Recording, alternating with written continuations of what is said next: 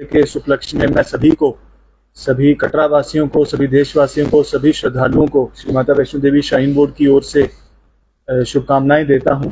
और इनवाइट भी करना चाहता हूं, बिकॉज जैसा कि सभी लोगों को उम्मीद रहती है और इंतजार कर रहे होते हैं वो शारदीय नवरात्रों का, क्योंकि विशेष इंतजाम श्री माता वैष्णो देवी श्राइन बोर्ड की तरफ से किए जाते हैं। तो इस साल भी पिछले साल से या पिछले नवरात्रि से मैं कहूँगा आगे बढ़कर कुछ एडिशनल जो इनिशिएटिव्स हैं बोर्ड की तरफ से लिए जा रहे हैं।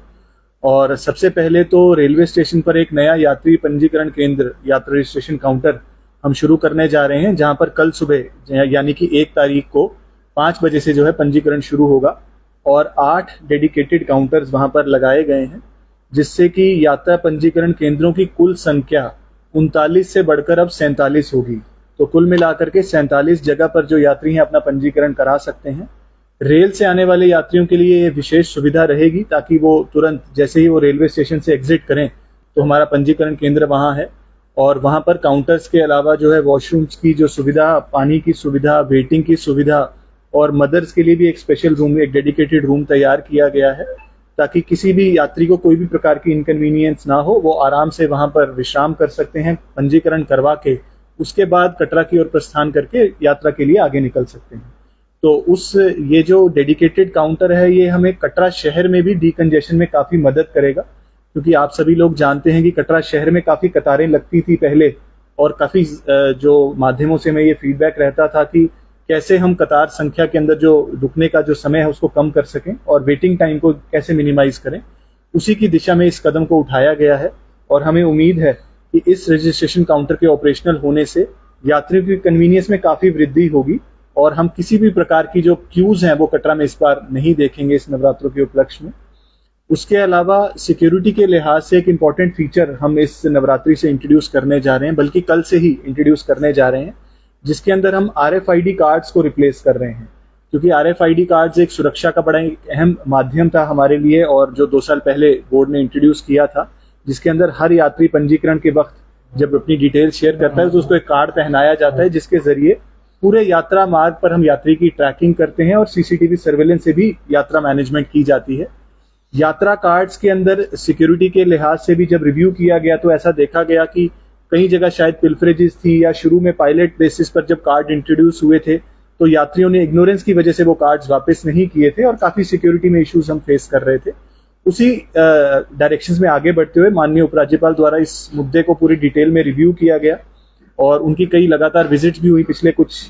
2-3 हफ्तों में, और उनके डायरेक्शंस के ऊपर ही इस जो नए यात्री कार्ड को इंट्रोड्यूस किया जा रहा है। तो आपकी जानकारी लिए मैं बताना भी चाहूंगा कि इस किस्म का एक येलो और रेड कलर का कार्ड है, जो कल सुबह जितने भी यात्री जा रहे होंगे यात्रा कार्ड, वो इसी यात्रा कार्ड को लेकर के यात्रा के लिए आगे बढ़ेंगे।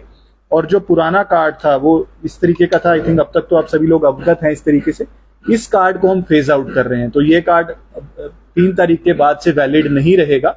तो जो भी यात्री श्री माता वैष्णो देवी दर्शनों के लिए इस नवरात्रि आएंगे, मतलब 3 तारीख से, वो ये जो हमारा नया कार्ड है, इसी नए कार्ड के जरिए ही यात्रा का जो सफर है वो शुरू कर सकेंगे। पुराने कार्ड्स को हम फेज आउट कर रहे हैं। तो हमारी कोशिश यही है कि जो संख्या नंबर्स फिक्स्ड हैं, 50,000 की जो यात्रा सीलिंग है, उससे ज्यादा यात्री किसी भी समय पर ट्रैक पर ना हो, और जो जोन वाइज भी हमने कैरिंग कैपेसिटीज डिफाइन की हैं, उन कैरिंग कैपेसिटीज को भी स्ट्रिक्टली फॉलो किया जाएगा। तो इस सिक्योरिटी मेजर को इंट्रोड्यूस करना एक इंपॉर्टेंट हमारा जो एजेंडा है इस शारदीय नवरात्रि का बोर्ड की डायरेक्शंस पर, उसको हम इस बार एक्टिवेट करने जा रहे हैं।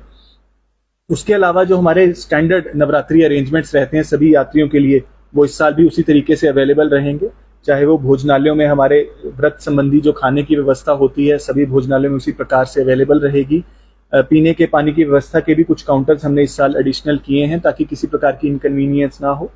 स्वच्छता की हमारी ड्राइव पिछले 2 हफ्ते से बरकरार है, जारी है, और हमारे जितने भी सीनियर ऑफिसर्स हैं सभी सेक्टर्स में, सभी जोन्स में दिन में और रात में इंस्पेक्शंस कर रहे हैं, ताकि जितनी भी यात्री संबंधी व्यवस्थाएं हैं, चाहे वो पीने के पानी की हो, टॉयलेट्स की साफ सफाई हो, लाइटिंग की व्यवस्था हो रात के समय में, उन सभी चीजों पर हम काम कर रहे हैं। जो व्हाइट वॉशिंग और फेस लिफ्टिंग का काम है वो भी तकरीबन मुकम्मल होने जा रहा है और आने वाले 2 दिनों में उसको कंप्लीट कर लिया जाएगा।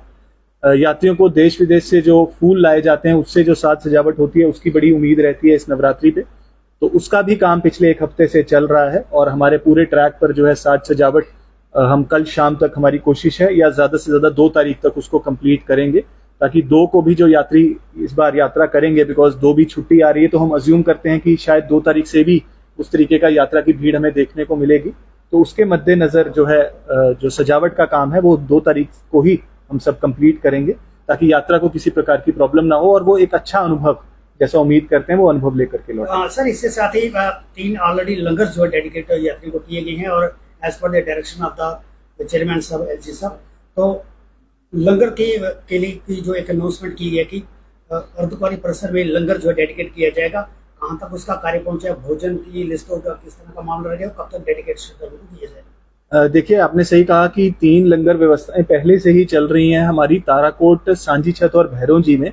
और कुल मिलाकर के अगर हम देखें अमूमन 10 से 12,000 यात्री निरंतर जो है इस लंगर सेवा का लाभ ले रहे हैं। और इसी दिशा में आगे बढ़ते हुए इस बार माननीय अध्यक्ष महोदय ने ये फैसला किया है कि अर्धकुंवारी में भी एक नई लंगर सेवा शुरू की जाए, क्योंकि अर्धकुंवारी एक बहुत ही मुख्य पड़ाव है। चाहे आप बाणगंगा के रास्ते सफर कर रहे हैं, चाहे आप ताराकोट के रास्ते सफर कर रहे हैं, किसी भी माध्यम से सफर कर रहे हैं, तो अर्धकुंवारी जो है एक इम्पोर्टेंट जंक्शन रहता है, जहां लोग शायद कई बार पवित्र गर्भजून गुफा के दर्शन के लिए भी इंतजार कर रहे होते हैं। तो उस पॉइंट पर एक नया जो लंगर सेवा है उसको हम शुरू कर रहे हैं। उसका काम जो है वो जो सिविल कंस्ट्रक्शन पार्ट है वो सारा काम कंप्लीट कर लिया जा चुका है, और 3 तारीख सुबह से पवित्र पहली नवरात्रि के पवित्र दिन पर उसकी हम शुरुआत करेंगे। और जो हमारी नई बिल्डिंग शीतला भवन के नाम से जो हाल ही में जिसका काम कंप्लीट हुआ है, जो एम्प्लॉय अकोमोडेशन है,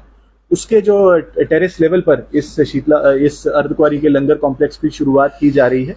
और हमें उम्मीद है कि यात्रियों की तरफ से हमारे स्टाफ को भी प्रोत्साहन मिलेगा इस नए इनिशिएटिव के लिए। और भैरोंजी के लंगर की तर्ज पर 2 शिफ्ट्स में ये लंगर अवेलेबल होगा, सुबह 7 बजे से लेकर दोपहर 3 बजे तक, और शाम 4 बजे से रात के 12 बजे तक। तो इन 2 शिफ्ट्स में जो है लंगर निःशुल्क जैसे पहले उपलब्ध रहता है, वैसे ही सभी यात्रियों के लिए उपलब्ध रहेगा। जी, नवरात्रों में आने वाले श्रद्धालु अक्सर भीड़ ज्यादा दिनों में नवरात्रों में रहती है, भवन पर किसी तरह का भीड़ को लेकर प्रवास ना हो, मैनेजमेंट पूरी तरह से देख रहे, किस तरह के अरेंजमेंट किए कि यात्री बड़े आराम से मांगे दर्शन मिल सके? देखिए, सिक्योरिटी रिव्यू की काफी डिटेल्ड मीटिंग्स पहले भी हुई हैं। इनफैक्ट माननीय उपराज्यपाल ने भी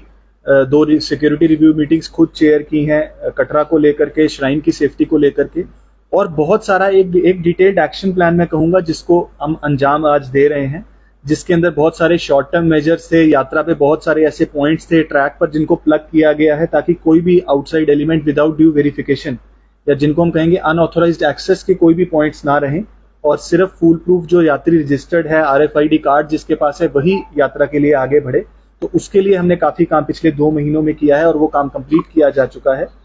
सिक्योरिटी इक्विपमेंट ऑगमेंटेशन के लिए कहीं कहीं एक्सरे बैगेज स्कैनर्स को ऑगमेंट करने की बात थी, या पुराने एक्सरे बैगेज स्कैनर्स को ठीक करवाने की बात थी। उसके दिशा में भी हम काफी आगे बढ़ चुके हैं, और आने वाले कुछ दिनों में उसके अंदर भी हम इम्प्रूवमेंट्स देखेंगे। एक नया CCTV सर्विलेंस ग्रिड, जिसके अंदर एक integrated control and command centre रहेगा, और बहुत सारे वीडियो एनालिटिक्स के फीचर्स रहेंगे थे क्राउड मैनेजमेंट के लिए, उसके भी टेंडरिंग प्रक्रिया हमने तकरीबन पूरी कर ली है, और अगले कुछ महीनों में हम देखेंगे कि वो भी जो है इन फोर्स रहेगा। उसके अलावा जो रूटीन सिक्योरिटी मेजर्स रहते हैं, जैसे कि एक बीट सिस्टम हमारा जो भवन पे एक्टिवेटेड रहता है, ताकि नियंत्रित भीड़ ही मां वैष्णो देवी के दर्शनों के लिए जाए, और एक सर्कुलर फ्लो ऑफ पिलग्रिम्स हम भवन पर मेंटेन करें। उसके लिए CRPF, पुलिस और आर्मी के साथ जो कोऑर्डिनेशन मीटिंग्स वो हो चुकी हैं, और SDM साहब की डायरेक्शंस पर एक बीट सिस्टम जैसा मैंने कहा, तो उसके लिए भी बाय नेम जो डिप्लॉयमेंट्स हैं वो आज या कल में इशू होनी शुरू होंगी। कटरा के अंदर जो क्राउड मैनेजमेंट है वो भी हमारे लिए बड़ा इंपॉर्टेंट रहता है, क्योंकि हमें उम्मीद रहती है कि ज्यादा से ज्यादा संख्या में श्रद्धालु आएंगे और लिमिटेड नंबर्स में ही ऊपर जा सकते हैं। तो कटरा में क्राउड मैनेजमेंट के लिए चाहे वो ट्रैफिक की टीम्स रहें, या पुलिस की टीम्स रहें, या बोर्ड के सहायक रहें, हम सभी का एक जॉइंट जो टीम्स हैं वो इन प्लेस रहेंगी। और ट्रैफिक मैनेजमेंट, चाहे वो न्यू बस स्टैंड पे डाइवर्शंस की बात हो, चाहे बाणगंगा रोड के ऊपर डाइवर्शंस की बात हो कि कैसे पैदल यात्रियों को किसी प्रकार की इनकन्वीनियंस ना रहे, तो उसके ऊपर हमारी टीम काम कर रही है। बाणगंगा जो दर्शनी ड्यूटी है, वहां पर भी हमारा एक नया जो है क्यू कॉम्प्लेक्स, उसकी भी तैयारी चल रही है, जिसके अंदर पहले हम देखते थे कि गर्मी में या बारिश के दिनों में यात्रियों को वेट करने में काफी इनकन्वीनियंस होती थी। तो उस क्यू कॉम्प्लेक्स का भी 50% काम कंप्लीट हो चुका है। तो जितने भी लोग उस ग्राउंड फ्लोर पे वेट कर रहे होंगे, उनको इस प्रकार की कोई इनकन्वीनियंस इस नवरात्रि में नहीं होगी। और RFID कार्ड्स की जो फ्रिस्किंग है और उसकी जो चेकिंग है उसको भी हम इम्प्रूव करने के लिए एडिशनल हैंड स्कैनर्स इस बार दे रहे हैं, ताकि कम से कम समय में स्कैन होकर यात्री अपने भवन की तरफ आगे बढ़े। दिव्यांग श्रद्धालुओं को बैटरी कार तो निःशुल्क उपलब्ध हो रही है, क्या पिछली नवरात्रों की तर्ज पर उन्हें नीचे से घोड़ा भी मिले? देखिए, ऐसा है कि दिव्यांग श्रद्धालुओं के लिए कई जो है सिक्योरिटी मेजर्स को कई सारी कन्वीनियंसेस को बढ़ाया गया है और हर साल या हर नवरात्रि पर कुछ एडिशनल मेजर्स बोर्ड की तरफ से लिए जाते हैं। और इस साल जैसा आपने फरमाया कि अब दिव्यांग श्रद्धालुओं के लिए बैटरी कार सुविधा पूरा साल निःशुल्क बोर्ड की तरफ से अवेलेबल है। और साथ ही साथ एक विशेष हेल्प डेस्क नवरात्रि में सेटअप किया जाता है इन श्रद्धालुओं के लिए, जो हर नवरात्रि की तरह इस साल भी निहारिका में भी एक विशेष हेल्प डेस्क और भवन पर भी इसी तरीके का हेल्प डेस्क रहेगा, जो सभी तरह की सेवाएं यात्री दिव्यांग श्रद्धालुओं को प्रायोरिटी पर और निःशुल्क देने की हमारी जो कमिटमेंट है बोर्ड की, वो इस नवरात्रि में भी कायम रहेगी। और प्रायोरिटी दर्शन के लिए भी एक विशेष टीम हमारी भवन पर रहेगी, ताकि ऐसे हमारे श्रद्धालुओं को किसी प्रकार की इनकन्वीनियंस न हो। सर, नवरात्रों में जो सीनियर सिटीजन है, चाहे कोई बीमार यात्री अगर आता है ऑन स्पॉट उसको फैसिलिटीज चाहे चौपर की बैटरी कार सर्विस के भवन पर रहने की, उनके लिए किस तरह की व्यवस्था है? देखिए, सीनियर सिटीजन्स के लिए एक विशेष कोटा जो है हमारी ऑनलाइन सर्विसेज में पिछले 2 महीने से एप्लीकेबल है, चाहे वो बैटरी कार की सुविधाएं हो, चाहे वो रोपवे की सुविधाएं हो। तो इसके अंदर सीनियर सिटीजन और दिव्यांग दोनों किस्म के श्रद्धालु जो है वो कवर्ड हैं, और उन सभी को जो है प्रायोरिटी सर्विसेज ऑन स्पॉट भी हमारे काउंटर मैनेजमेंट सिस्टम से अवेलेबल रहेंगी। इसके अलावा हेल्थ केयर ऑगमेंटेशन के लिए बोर्ड ने एक छोटा सा कदम पिछले कुछ महीनों में लिया है, जिसके अंदर हमारे सभी जो हेल्थ सेंटर्स हैं उसके अंदर हेल्थ ATMs लगाए गए हैं एक CSR इनिशिएटिव के थ्रू। और जो हमारे सीनियर सिटीजन हैं या मेडिकली जो समझता हूँ थोड़े से लोग अनफिट रहते हैं या परेशानियां जिनको रहती हैं, उनके लिए ये सुविधाएं काफी हेल्पफुल रहेंगी। और हमारे सारे हेल्थ ATMs को हमारे नारायणा हॉस्पिटल के साथ कनेक्ट किया गया है, ताकि रेफरल्स जो हैं वो बिल्कुल सीमलेस हों। और अगर किसी को कोई परेशानी आती है और हमारे मेडिकल सेंटर पे वो रिपोर्ट करता है, तो उसको भी सुपर स्पेशलिस्ट हैं हमारे हॉस्पिटल में, उनकी जो सर्विसेज हैं वो ऑन कॉल अवेलेबल रहेंगी, वीडियो कॉल के जरिए अवेलेबल रहेंगी। सर, कटरा के जो स्थानीय लोग हैं, एक बार आपको पहले बताएगा तो जो रेगुलर जाने वाले हैं माता वैष्णो, जो आधार कार्ड दिखाकर जो है वो वहाँ पे उसका थोड़ा सा चलता है। देखिए, ऐसा है कि RFID जो है हमारा एक फलक्रम है सिक्योरिटी सिस्टम का, और ये बोर्ड का एक बड़ा कॉन्शियस डिसीजन है कि RFID के बिना किसी भी यात्री को हम ट्रैक पर रवाना नहीं कर सकते हैं। हाउएवर, जैसा आपने फरमाया, ये सजेशन पहले भी आया था कि बहुत सारे हमारे फ्रीक्वेंट विजिटर्स हैं या खास करके कटरा के बड़े स्थानीय निवासी हैं, जो कोई हर हफ्ते या हर महीने माँ वैष्णो देवी के दर्शनों के लिए जाते हैं। तो हमारी जो RFID की टीम है उससे हमारी इससे बातचीत चल रही है कि नए कार्ड्स के अंदर कैसे हम उनके लिए कुछ डेडिकेटेड कार्ड्स का फीचर इंट्रोड्यूस कर सकते हैं, उसके ऊपर हम काम करेंगे, ताकि उनको कतारों में ना लगना पड़े और उनके लिए ये जो है कन्वीनियंस का फीचर हम ऐड ऑन कर सकते हैं।